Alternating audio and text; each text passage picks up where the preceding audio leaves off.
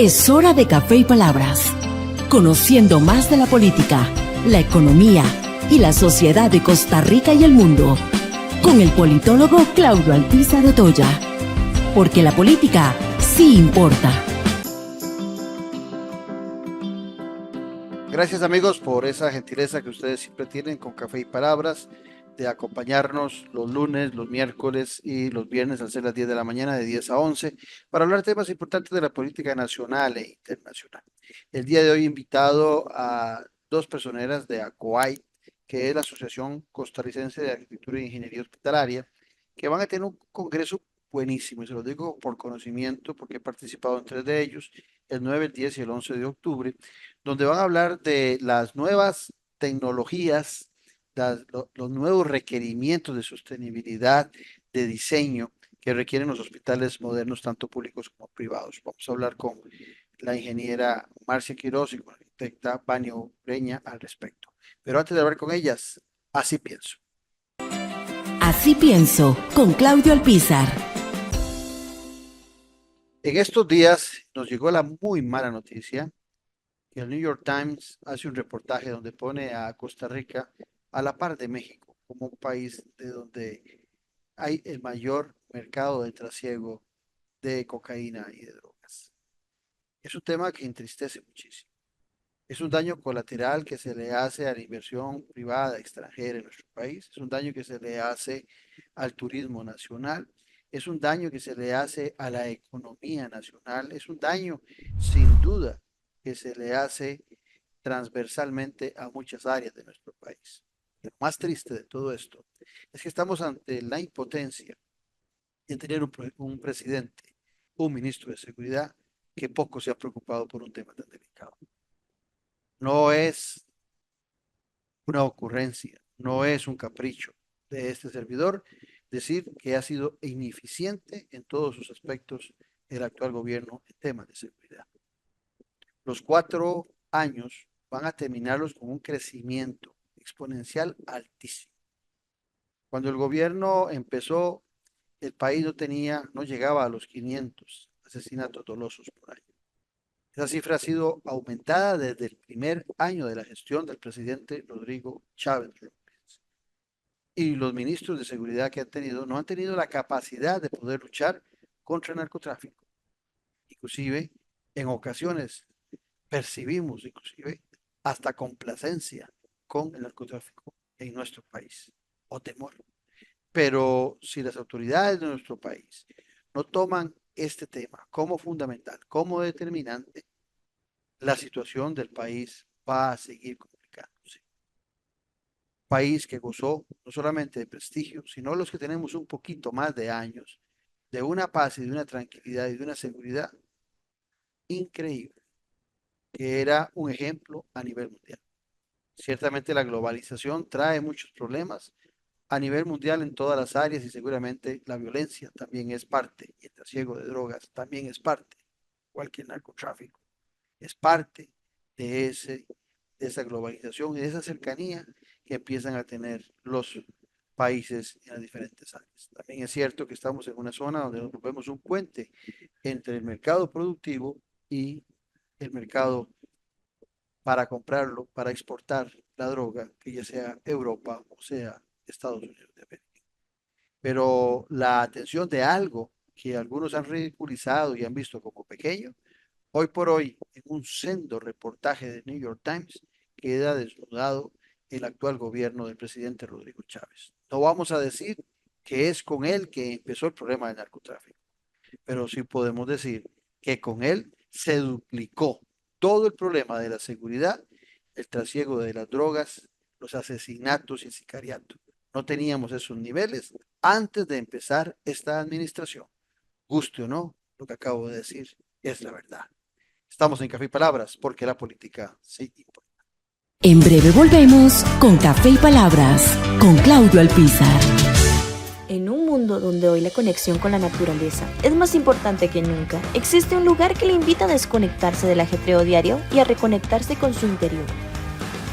Sean bienvenidos a la Reserva Natural Montaña Sagrada, donde cada paso es un encuentro con la serenidad y la belleza natural del Parque Juan Castro Blanco. Acompáñenos y disfrute de una experiencia única, donde el senderismo se convierte en una aventura espiritual, respirando ese aire puro que revitaliza cuerpo y alma. Descubra los beneficios de pasar tiempo en la naturaleza, de respirar profundamente y sentir la energía renovadora que solo el bosque puede ofrecerle. Conéctese con la naturaleza y visite Montaña Sagrada. Les esperamos para explorar y disfrutar de este paraíso natural juntos. Noche sin tregua. Sea parte de la política con P mayúscula. Todos los domingos al ser las 8 de la noche. Disfrute de las tertulias con el politólogo Claudio Alpizar con los principales actores de la política nacional en nuestro canal de YouTube y en Ticavisión Televisión. Recuerde que todos los domingos usted tiene un compromiso con la política con P mayúscula en Noche sin tregua.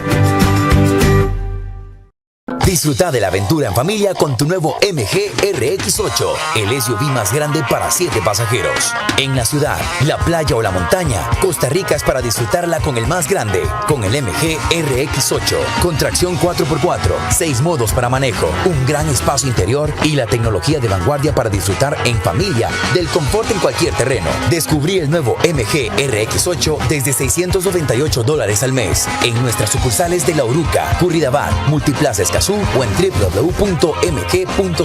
Aplican restricciones. Estamos de vuelta en Café y Palabras con el politólogo Claudio Alpizar.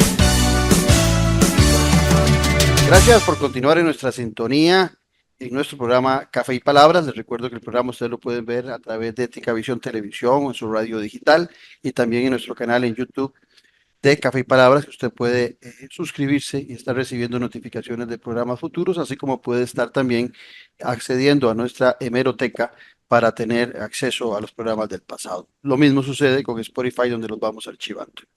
Como les prometí, hoy vamos a conversar con personeros, con miembros de la Asociación Costarricense de Arquitectura e Ingeniería Hospitalaria, conocido como ACOAI.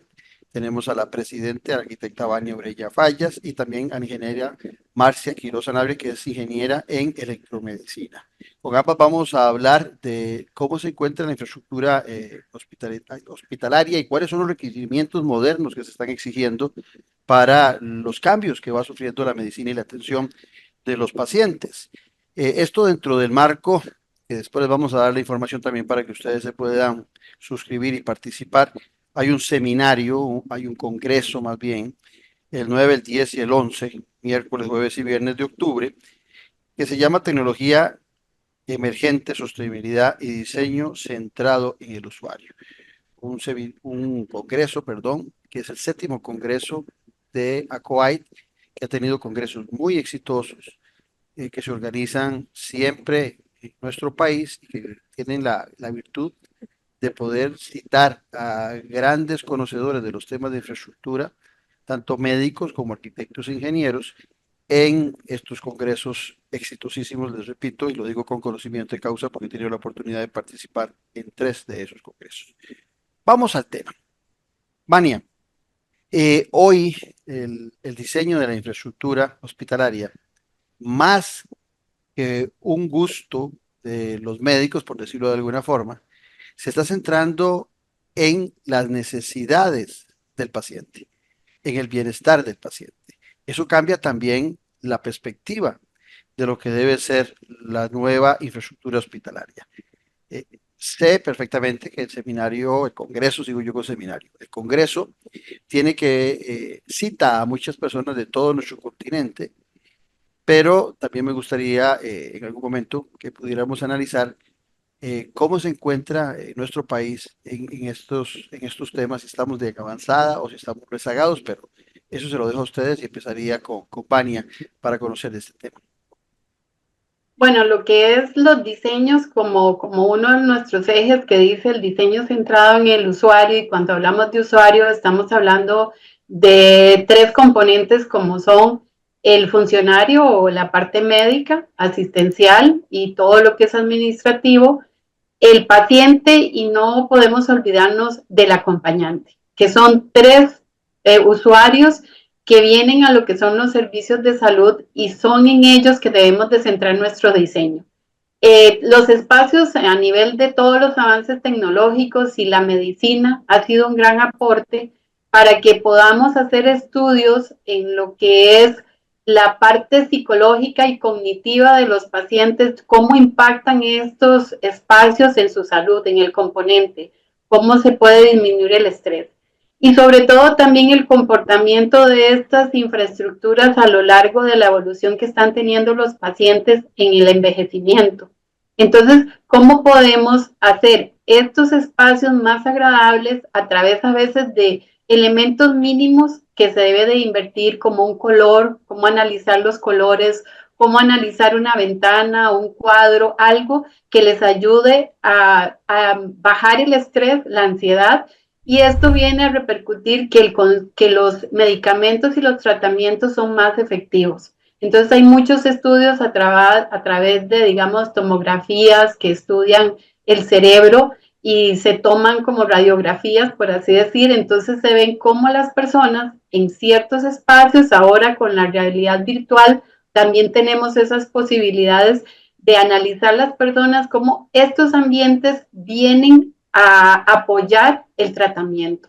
Entonces están evolucionando hacia la calidad de estos espacios y también el tipo de paciente. El adulto mayor, la población a nivel mundial está envejeciendo, entonces tenemos que hacer los diseños pensados en este tipo de paciente para que el acompañante también tenga un espacio especial donde pueda ser parte del proceso de salud y de diagnóstico de sus familiares. Marcia, en esto que nos dice Vania, me llama la atención dos temas. Primero, lo que bien dice del envejecimiento de la población para el 2050, se espera que prácticamente una tercera parte de la población del mundo supere los 65 años, siendo una de las poblaciones más nutridas de personas. Inclusive en el caso particular de Costa Rica también se habla de lo mismo, o sea, no es una excepción Costa Rica en el mundo. Pero hay algo que me llamaba mucho la atención y creo que es más que interesante que lo podamos seguir desarrollando. Es el tema de que los hospitales tienen que ser entretenidos, tienen que ser atractivos, tienen que ser bonitos. Y lo digo porque normalmente ninguno de nosotros quiere ir a un hospital a una cita, y mucho menos quedarse en un hospital. Pero muchas enfermedades te obligan a estar en un hospital. Eso tiene que cambiar mucho y creo que los que nos están oyendo y viendo, la primera referencia que tendrán va a ser de nuestros hospitales, donde en la mayoría no encontramos los públicos, por lo menos, las condiciones de embellecimiento, de zonas verdes, de grandes espacios, de salas entretenidas. Y algo dijo Vania, que también me parece que lo he oído mucho con frecuencia en los últimos días, de mucha gente que tienen que ir a dejar a el paciente en la puerta, no pueden ingresar en COVID. Lo comprendíamos, pero parece que la norma siguió estableciéndose en todos los hospitales. Entonces, ese acompañamiento también es parte de lo que le da fortaleza al paciente para soportar su enfermedad y su estadía en el hospital. También decía Vania que es fundamental en el desarrollo de la infraestructura de un hospital hoy por hoy. Yo creo que también, creo que ha cambiado un poco. Yo creo que antes nos imaginábamos un hospital como muy oscuro, como tal vez un poco atractivo, ¿verdad? Obviamente, como ustedes dicen, nadie quiere estar en un hospital porque realmente es porque está enfermo, ¿verdad? Sin embargo, yo creo que todo se va actualizando, así como, por ejemplo, los materiales de construcción, ¿verdad? Se van actualizando. Antes utilizábamos, no sé, asbesto, madera, otras cosas que ya ahora no se pueden utilizar. Igual en el caso de equipo médico también se va actualizando. Por ejemplo, antes, y en el caso personal, yo les cuento que a mí no sabía, pero a mí me daba, hasta que me hicieron una resonancia magnética, me di cuenta que a mí me daba miedo ese espacio. Entonces, yo creo que hay que tener empatía, ¿verdad? Hay que tener empatía. Yo creo que los fabricantes de equipo médico, en el caso de tanto de los adultos mayores, porque muchos no saben, ¿verdad? A qué se enfrentan cuando los llevan a un equipo, llamemos acelerador lineal, TAC, cualquier equipo que sea bastante grande, ¿verdad? Genera miedo, genera una sensación diferente, ¿verdad? Entonces yo creo que ahora todos estos espacios unidos junto con la parte de arquitectura, ¿verdad? De tener, no sé, cuadros, de tener plafones, no recuerdo cómo es el nombre correcto, pero como imágenes del cielo, de ¿cómo se llama? De árboles, cosas que te hagan como sentir mejor en ese espacio. Equipos médicos, por ejemplo, para los niños, la mesa de exploración puede ser de forma, no sé, de hipopótamo. Son cositas que yo creo que son pequeñas, pero que al final de cuentas van haciendo algo grande para ellos, ¿verdad? Para no sentirse tan mal en estos espacios. Recuerdo también que hay un rayos X portátil que tiene forma de jirafa, ¿verdad? Entonces, yo creo que los equipos también van avanzando y se van adaptando a estas necesidades justamente para que no sea tan traumático, ¿verdad? Porque ya de por sí lo es estar en un hospital. Entonces, yo creo que por ahí vienen también a involucrarse también todos los que investigan la parte de equipo médico, ¿verdad? Todos los que hacen estas dinámicas, ¿verdad? De someter estos equipos a valoración por los mismos pacientes. Vania, y en el caso, yendo a Marcia, pensaba yo también que estamos hablando de los enfermos, de los pacientes, pero también hay alguien que pasa a veces 24 horas, a veces 16 horas, cuando menos 8 horas en un hospital y es el personal. Personal que tiene que tener también las condiciones para pernoctar, eh, cuando tiene que hacer eh, un horario más largo, cuando tiene que estar en, ¿cómo es que llaman los médicos? En vigilancia, o no recuerdo la palabra que utilizan. Guardia. En guardia, esa es la palabra correcta. Esas condiciones también se contemplan hoy por hoy en el diseño arquitectónico y en la ingeniería de los hospitales modernos. Sí, claro. Recordemos que algo muy importante es el personal. Y cuando hablamos de personal es enfermería, médicos, o sea, todos los que forman y hacen un engranaje perfecto para que la prestación de salud sea de acuerdo a la necesidad y a la calidad que se requiere. Y creo que por eso es que cuando nosotros hablamos de usuario, ¿verdad? Porque muchas veces nos centramos solo en el paciente, pero como vos decís, el usuario interno, o sea, el personal, puede pasar ahí 24, 48 horas. Recordemos el estrés que vivieron todos los funcionarios cuando estuvieron en el COVID, encerrados por horas, meses, sin poder ver a sus familias y cómo eran esos ambientes, el estrés. Tuve el caso de un muy amigo que le dio pánico, o sea, tuvo una crisis de pánico por estar tanto tiempo encerrado y el estrés y las ansiedades que ellos vivían con esta condición. Entonces, ahí es donde también tenemos que humanizar el espacio a ellos. No es porque, digamos, son personas especiales, sino que como igual que los pacientes, los acompañantes necesitan espacios que les baje el estrés, la ansiedad, que puedan descansar, bajar. Imagínense, uno a veces llega y a un servicio de emergencia y siente que su problema es el único y yo me estoy sintiendo muy mal, pero los médicos tienen no un paciente, 100, o cuando uno escucha que un servicio de emergencia está colapsado o que ha atendido un 120% en lo que es la parte pública, podemos imaginarnos el nivel de estrés que ellos puedan estar viviendo, ¿verdad? Con diferentes situaciones de pacientes críticos, algo que es tal vez la clasificación y la gente toda siente que su problema es el más grave, ¿verdad? Entonces también se están considerando todos esos espacios donde el paciente y el funcionario puedan convivir en una misma zona y puedan inclusive aplicar terapias. Ahora hay una gran tendencia en lo que se llaman los jardines terapéuticos, donde los pacientes puedan recibir una terapia física, una terapia, digamos, los pacientes en la parte psicológica, digamos, de psiquiatría, puedan recibir su terapia en un ambiente, en un jardín, y entonces ahí el funcionario también está dentro de ese ambiente. Es fundamental esa parte emocional, esa parte cognitiva también de los funcionarios, y viene a aportar una calidad en la prestación. Entonces, generar espacios humanizados donde inclusive ellos tengan visuales hacia una parte externa. También estamos manejando el concepto de la biofilia, que es esa relación con la naturaleza, que psicológicamente uno lo percibe. A veces cuando uno tiene un gran estrés, ¿qué es lo que busca? Mira, me quiero ir a la playa, relajarme, o a la montaña. Esa parte de ese contacto con la naturaleza baja nuestros niveles de estrés. En esa misma línea de eso último que nos comentaba Vania, Marcia, en el Congreso se habla de las tres columnas: tecnología emergente, diseño centrado en el usuario. Se habla de sostenibilidad. La sostenibilidad hoy obliga mucho a involucrarse y a coordinar, entre comillas la palabra coordinar, con el medio ambiente. Eh, Hoy se aspira no solamente que hayan espacios verdes dentro de los hospitales, sino también que la iluminación sea natural, que los ventanales sean diferentes, que quien está en un hospital no se sienta en la antesala de la cárcel o de la muerte, sino que todo lo contrario, sienta que hay muchos motivos adicionales por qué seguir viviendo. En muchas ocasiones, un paciente sale adelante de una enfermedad grave por su actitud.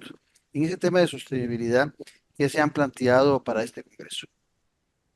Bueno, yo creo que en general, yo creo que el tema es como más del área de la parte de arquitectura. Sin embargo, en la parte de equipo médico también tenemos bastantes avances en ese sentido. Por ejemplo, el ahorro de agua, por ejemplo, en equipos que antes consumían muchísima agua. Llámese, no hablemos solamente de equipo médico, sino equipo complementario, por ejemplo, las lavadoras, las secadoras, ¿verdad? La parte de lavandería. Eso es muy importante, ¿verdad? La eficiencia de estos equipos, no consumir tanto, ¿verdad? La parte de la contaminación en el tratamiento de desechos, ¿verdad? También hay bastantes avances. Vamos a tener empresas que tienen equipos que justamente hacen este tratamiento de trituración y de esterilización del material para descarte. Entonces, en la parte de equipo médico también se han tenido bastantes avances que los vamos a ver en el Congreso. Entonces, yo creo que nos puede soportar más Vania en esa Tema de parte. sostenibilidad. Sí, correcto. Ajá. Que es que cuando hablamos, hay dos conceptos que ahora se habla mucho, que es sostenibilidad y sustentabilidad. ¿Por qué nosotros hablamos de sostenibilidad? Porque la sostenibilidad abarca un montón de aspectos que a veces solo los relacionamos con la naturaleza, ¿verdad? Hay que poner plantitas, hay que poner jardines, pero la sostenibilidad abarca lo que es calidad en el espacio, cómo me siento yo, cómo este espacio me genera a mí paz y tranquilidad, porque uno de los ejes que se están manejando a nivel mundial de la DOS es que son sus ciudades sostenibles, calidad de vida, infraestructura, lo que es la parte de accesibilidad. Todo eso conlleva a lo que es la búsqueda de la sostenibilidad. Entonces, sostenibilidad quiere decir que yo tengo que incorporar inclusive lo que es ahorro energético. Entonces, ¿qué es lo que estamos haciendo en los hospitales para que sea un edificio sostenible? Se están diseñando ya sistemas que tienen controles de BMS, o sea, controles digitalizados para disminuir lo que es y medir lo que es el consumo de luz, de agua, lo que son los sistemas controlados de climatización. Entonces nos volvemos a un hospital o una edificación inteligente. Entonces todo esto lo que hace es que disminuye la huella de carbono cuando el hospital está en producción, ya digamos en marcha. Sí, los estudios y las estadísticas indican que los hospitales son unos grandes contaminantes en el proceso constructivo. ¿Por qué? Porque son los que más consumimos materiales y sobre todo porque la huella de los materiales se mide por un concepto que se llama de la cuna a la tumba, que es cómo se producen y cómo se llegan digamos, a eliminar esos, o sea, dónde se desechan. Entonces, las nuevas tendencias es, yo analizo cómo es la producción, como decía Marcia, qué están haciendo los equipadores para que esa huella de cómo se produce y a lo largo de la vida, cuánto es el consumo que tiene ese producto o ese material. Entonces también eso me ayuda a definir cuánto es la huella de carbono desde que se produce hasta que yo la pongo en uso y cómo hay materiales que yo puedo reutilizar. Entonces, todas las empresas ahora, y esto es un movimiento mundial, ya están certificando los materiales. Y algo que nos ha respaldado mucho aquí en Costa Rica es la ley de MINAER, el reglamento se llama la Ley 50, donde exige que todas las instituciones públicas tienen que hacer edificaciones sostenibles. Entonces eso ha permitido que la inversión y la administración tenga una apertura hacia una inversión de materiales que tengan menos huella de carbono. Entonces, con el objetivo de cumplir eso que fue el acuerdo de que en el 2050 tengamos menos huella de carbono de consumo energético y menos impacto a lo que es la naturaleza. Vale, Entonces, eso viene a respaldar un poco. te quiero interrumpir ahí solo por lo siguiente. Nosotros estamos en nuestro país terminando yo el hospital de Punta Arenas, se habla del hospital de Turrialba, del hospital de Cartago. Todas estas normas nuevas tienen que ser implementadas en estos nuevos edificios. Ya se está contemplando diseños diferentes en nuestra infraestructura hospitalaria. Sí, claro, todo esto porque es por ley que tenemos que incorporarlos y sobre todo porque se tiene que ir disminuyendo lo que es el consumo energético. Entonces, todo lo que son la iluminación, se tiene que ya hacer con luces especiales de menos consumo, más largo vida, por ejemplo, la LED, como te le decía, el LED.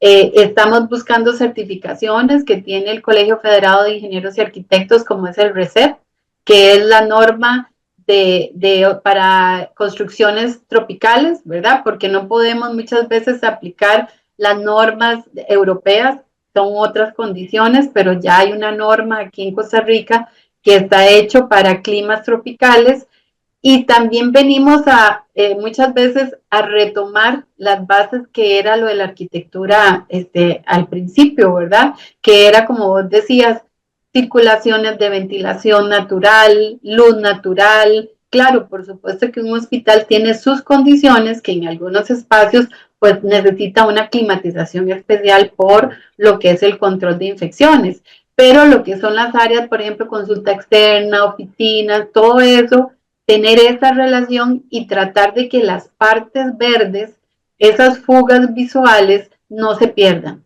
También se están incorporando muchos elementos, por ejemplo, como murales, en algunos casos que no podamos implementar una ventana o en realidad que vamos a ver hacia afuera, pero sí elementos, como decía Marcia, cuando se llega a un paciente va a un acelerador, que es un tratamiento para cáncer, ellos entran en un estado de estrés y de ansiedad.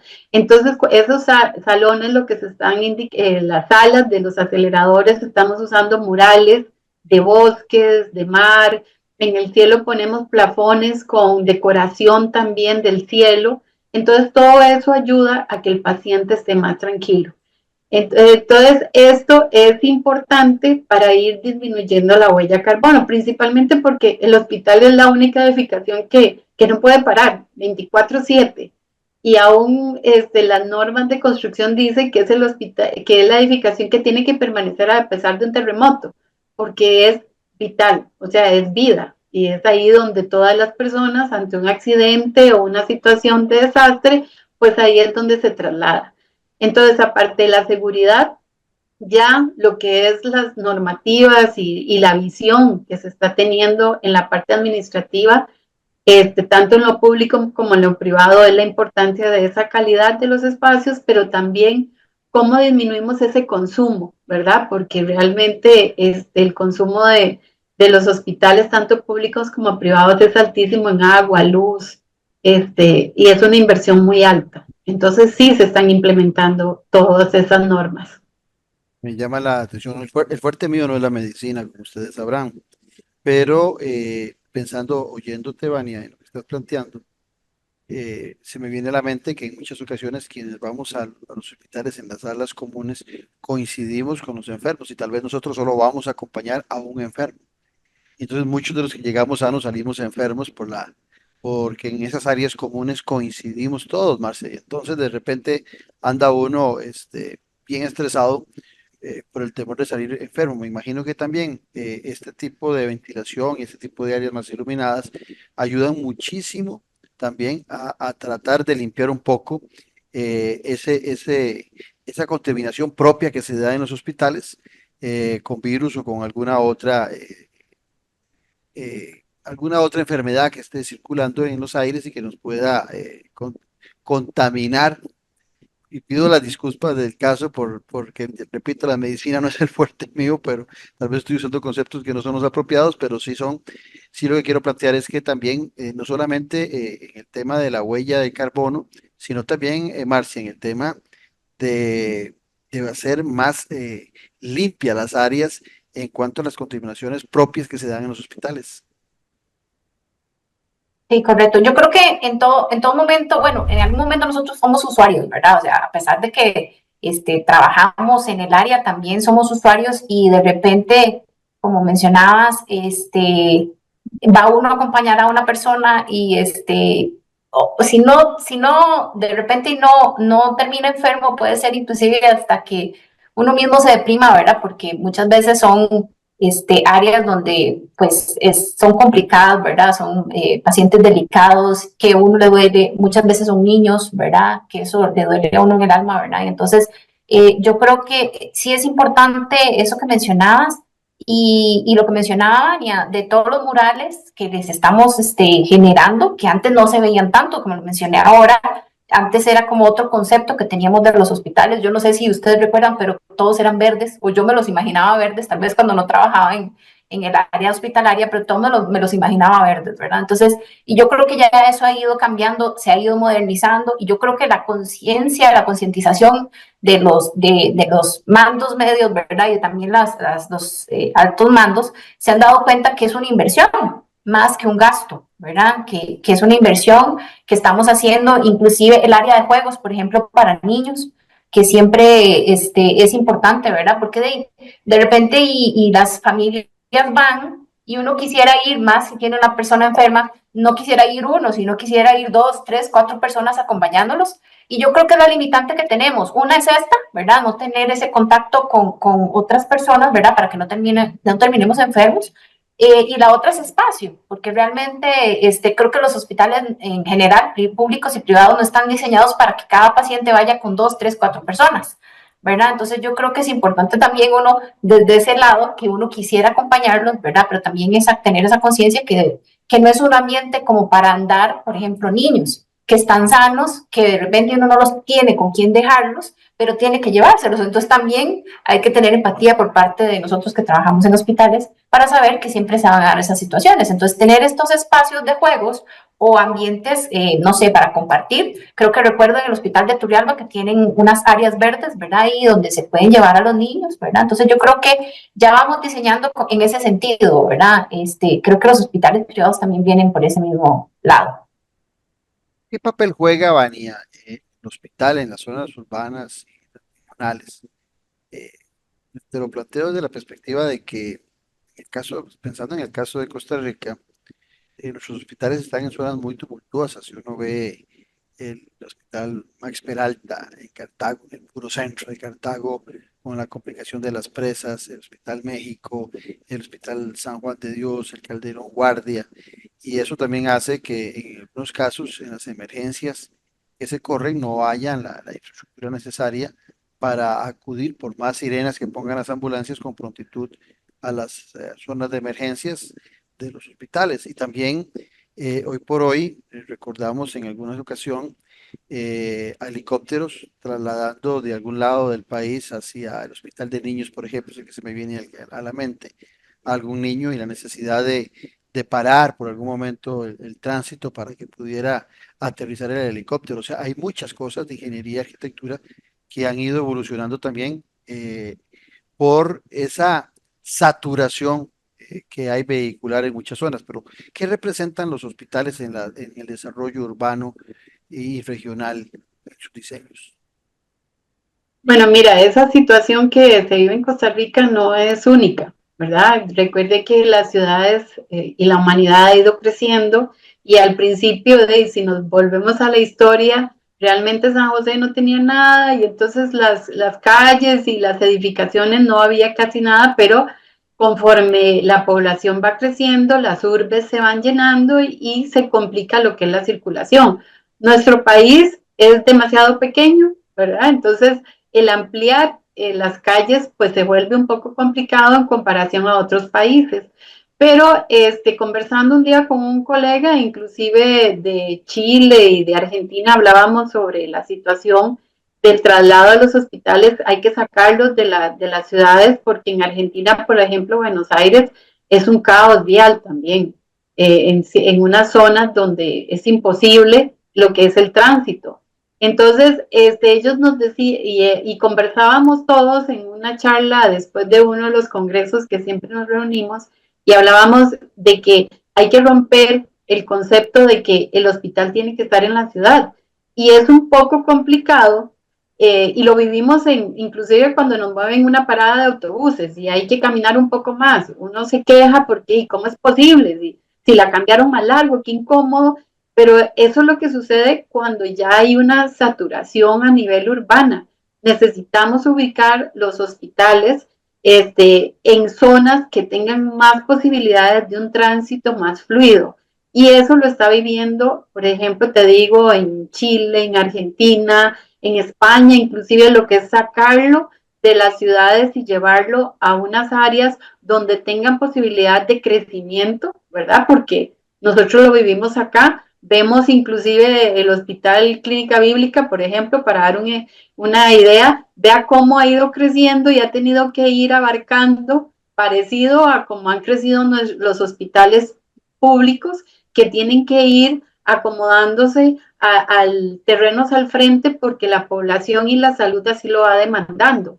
Entonces, la característica de los hospitales es que es un hito en la ciudad y alrededor de él crecen mucho comercio, o sea, cualquier cantidad de comercio, desde equipos médicos, comidas, paradas de taxi, exacto, población, inclusive las líneas de autobuses tienen que cambiar, por ejemplo, taxis. Yo creo, taxis, eso es impresionante, ¿verdad? Entonces, pues lo que va a suceder, por ejemplo, en Punta Arenas, estos nuevos hospitales que han inaugurado en Turrialba y en un futuro igual todos los otros que tienen, es que esa zona va a ser una urbe, va a crecer, va a impactar, va a desarrollar y el hospital genera otras actividades comerciales que se hace atractivo la cantidad de gente que acude al hospital. Ahora que hablaban del taxi, me puse a pensar que en todos nuestros hospitales un punto que es muy tentado por los taxis es estar en las zonas de emergencia y en las salidas de los hospitales porque hay clientes que salen de inmediato buscando taxi. Correcto, entonces ve como a nivel urbano y a nivel regional también el hospital es un gestor de trabajo, por así decirlo, ¿verdad? Entonces por eso se vuelve una edificación muy importante para la sociedad.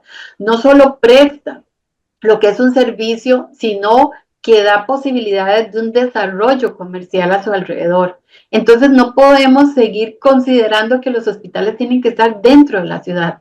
Costa Rica o los hospitales nacionales, si lo visualizamos, es como un triángulo. Así fue concebido inicialmente por la institución, la Caja, que fue inicialmente un triángulo. ¿Por qué? Porque los hospitales nacionales están divididos para una cobertura de ciertos sectores. Por ejemplo, el Hospital San Juan de Dios es todo un sector del sur, el Hospital Calderón Guardia, todo lo que es Limón, Coronado, el México, Heredia, una parte de Alajuela. Entonces vean cómo todo por la red que tiene nuestro sistema de salud pública, entonces todos vienen al centro. La excepción es, por supuesto, el Hospital de Niños, que es un hospital especializado y que solo existe ese en el país, que a propósito es admirado a nivel internacional por la calidad que tiene de atención.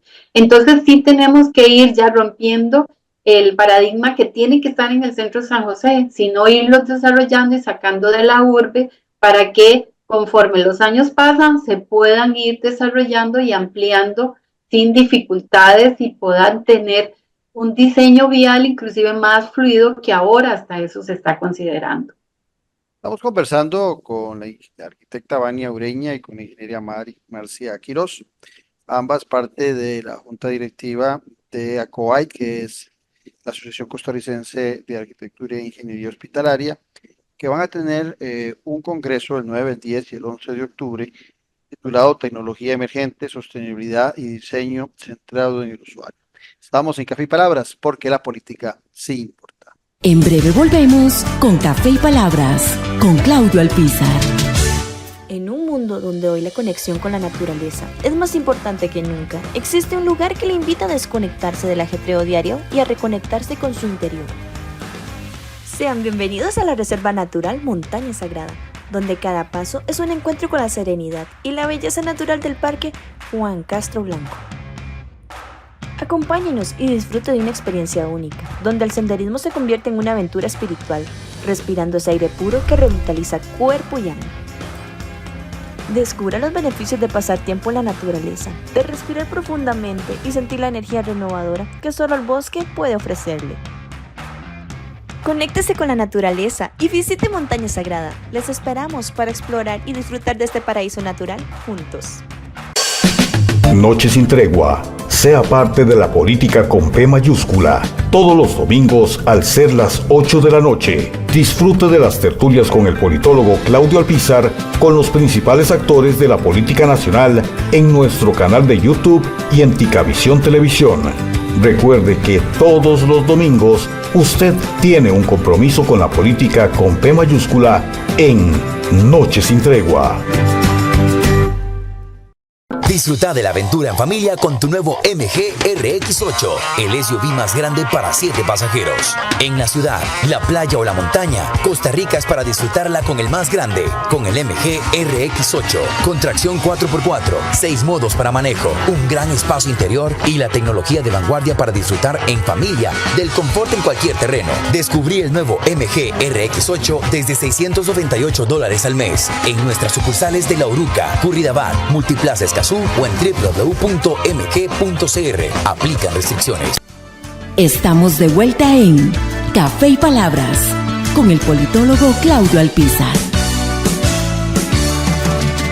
Gracias por continuar en nuestra sintonía y continuamos conversando con la arquitecta Vania Ureña y con la ingeniera Marcia Quiroz. Marcia, me llama mucho la atención tu carrera, ingeniería en electromedicina, ¿verdad? Ahora yo sé que hay muchas especializaciones en las carreras, pero en esta tuya en particular me llama la atención. Y hemos estado hablando en la primera parte del programa mucho de infraestructura y a lo mejor muchos cometemos el error cuando se hablan de infraestructura solo de pensar en el edificio, en las ventanas, en las paredes, en el diseño. Pero hay asuntos claves importantísimos. Yo creo que no hay edificio más complicado para construir que un hospital, por todo lo que requiere al interno.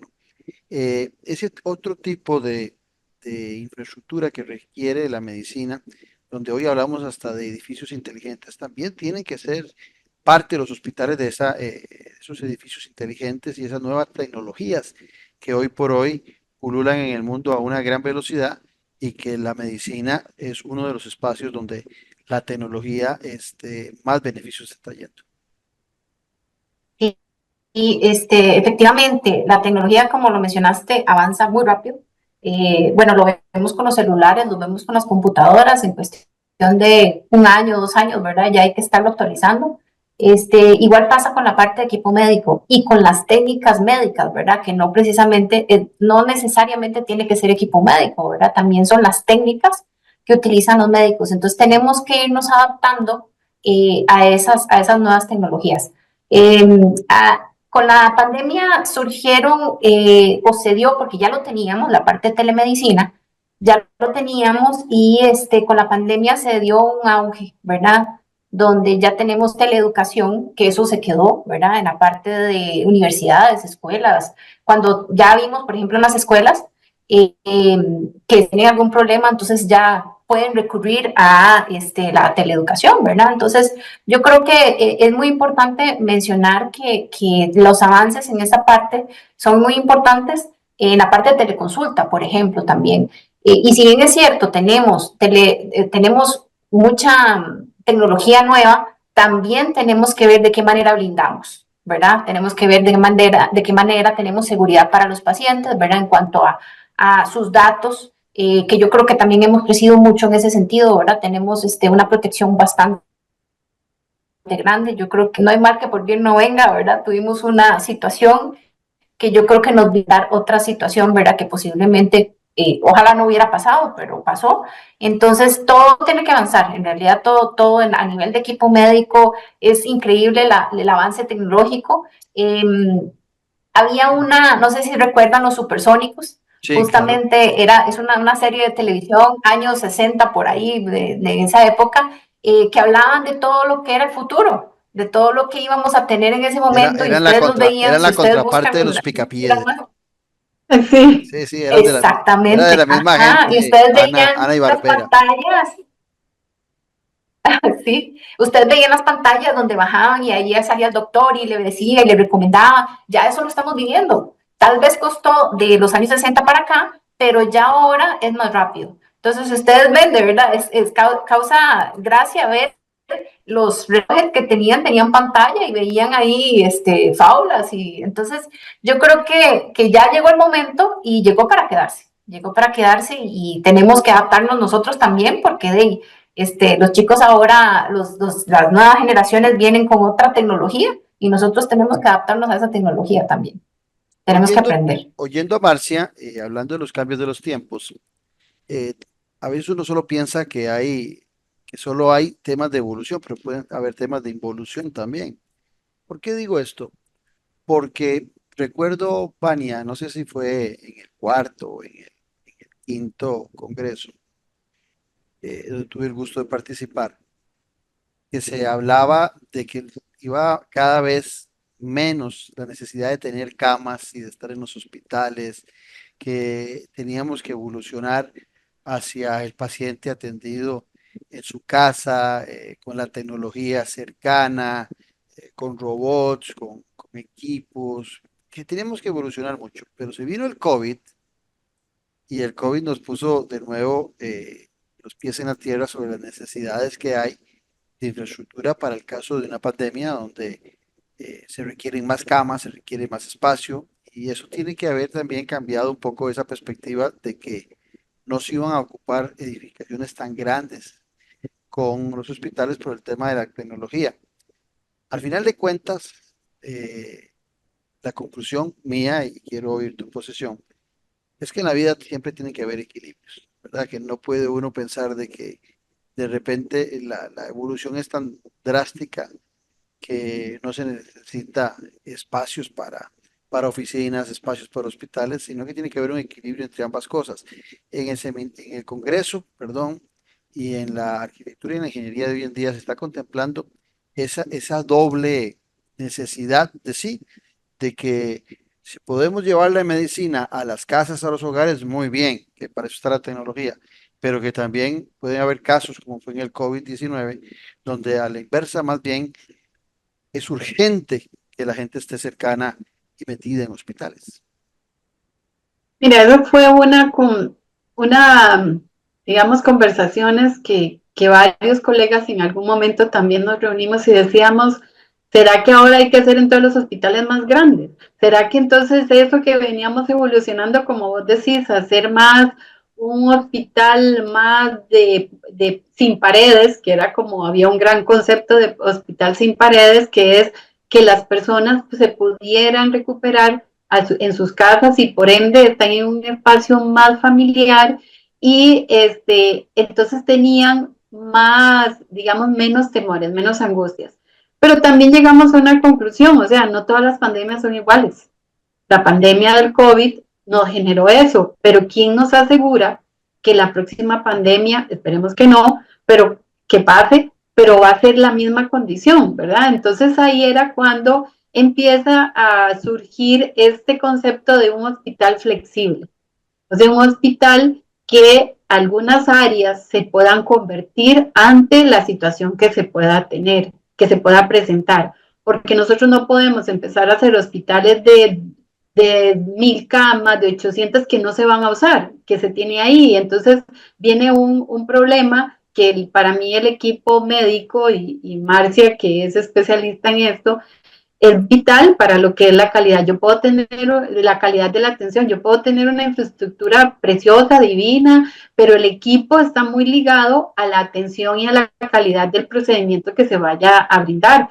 Entonces lo que se viene es entonces hacer hospitales flexibles, hospitales que ciertas son áreas se puedan convertir, porque estamos hablando de COVID, pero puede haber un terremoto o puede haber otro tipo de enfermedad y en una zona, entonces estas áreas verdes que estamos dejando, es convertirlas para que eventualmente, pues yo creo que todos estuvimos y aprendimos mucho de lo que es la parte de infraestructura y de medicina en el COVID, cuando empezamos a ver los hospitales de campaña, que realmente son hospitales que prácticamente tienen quirófano, tienen todo, entonces, ¿dónde hay áreas que se pueda implementar un hospital de campaña?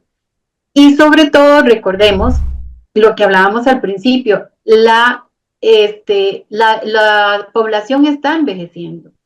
Se dificulta más a un paciente adulto mayor trasladarlo a un hospital.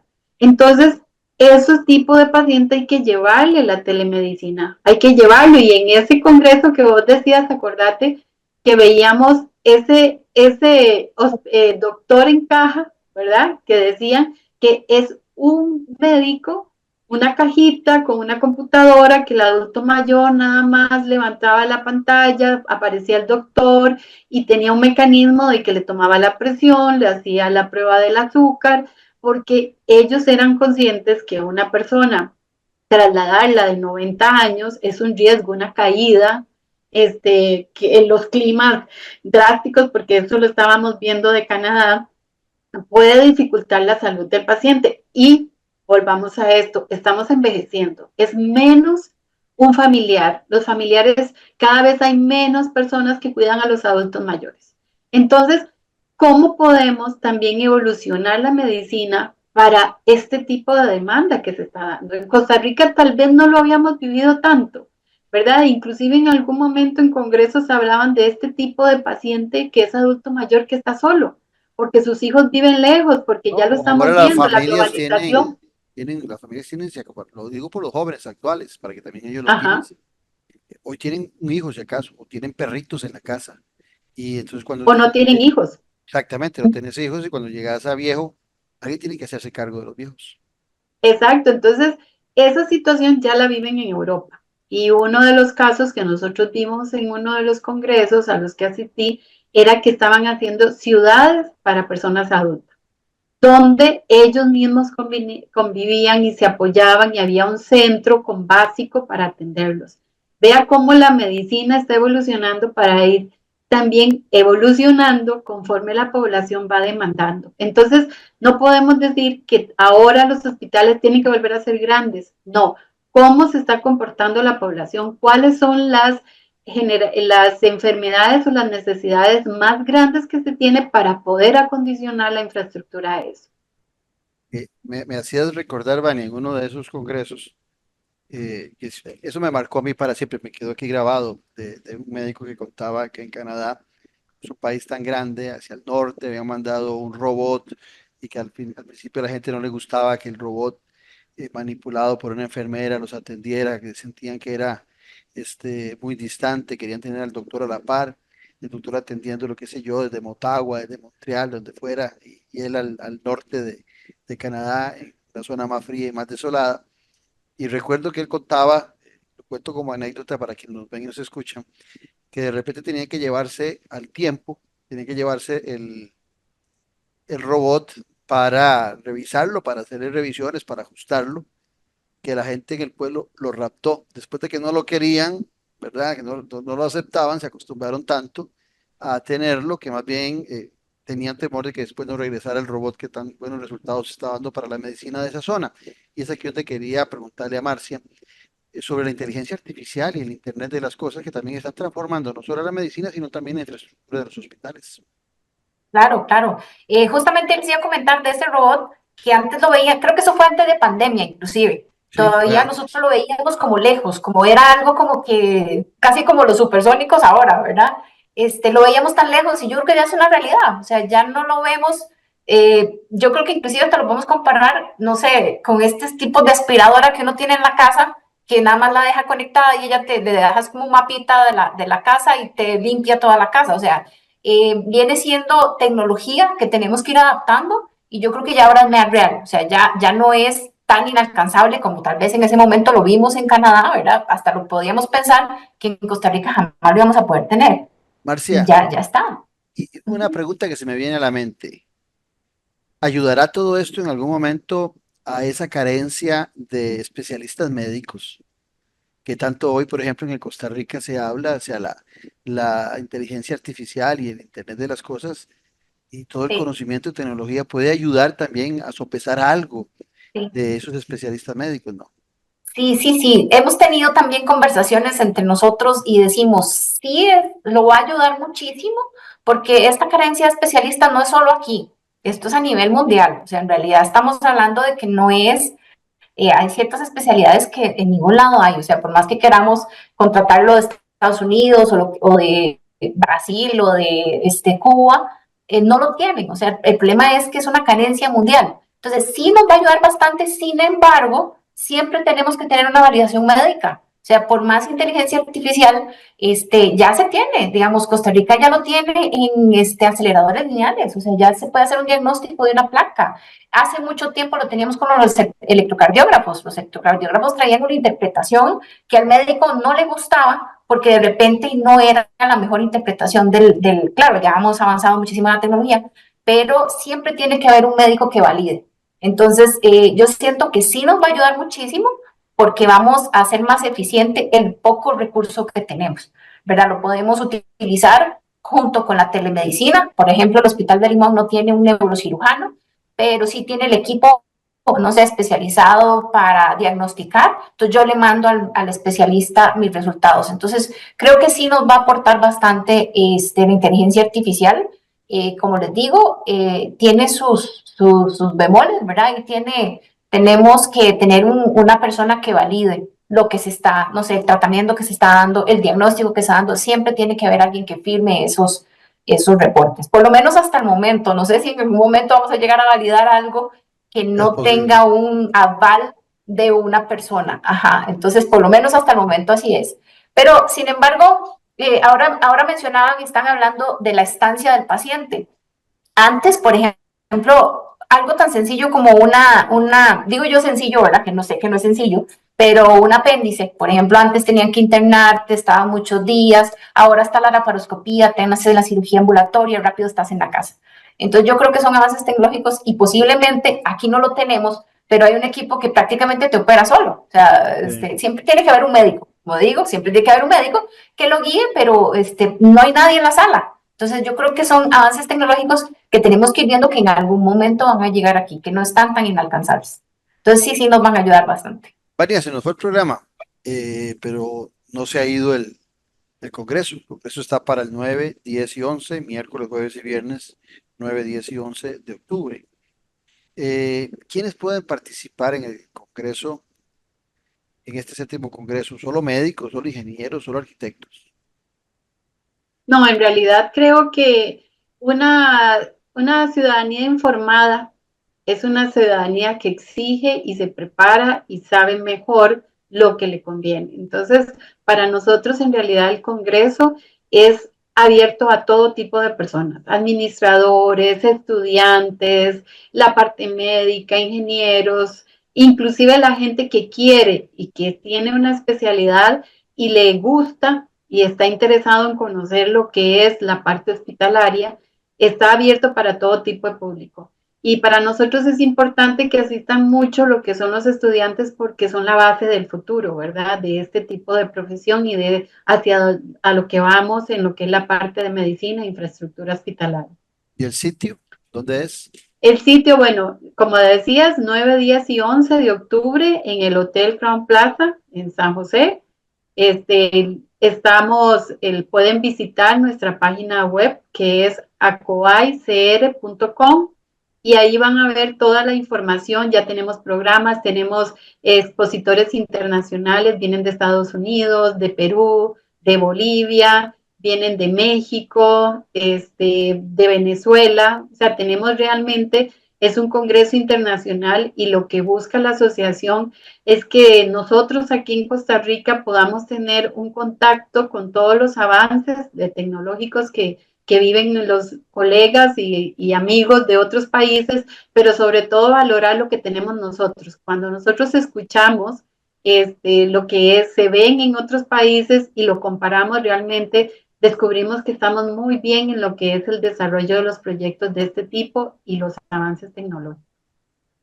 Por último, el horario es de tempranito hasta cerrando la tarde. Sí, sí, nosotros aquí el horario es miércoles, iniciamos temprano a las 8, terminamos, realmente son jornadas completas de todo un día, está incluido todo lo que es la alimentación, y también van a tener la posibilidad de visitar diferentes stands donde van a tener el contacto con equipo médico, con acabados arquitectónicos, con diferentes proveedores para este desarrollo de estos proyectos. Entonces tenemos del miércoles de 8 a 5 de la tarde, jueves igual, y el viernes concluimos a las 4 de la tarde. Bueno, muchas Son gracias. jornadas largas, pero muy ricas en aprendizaje.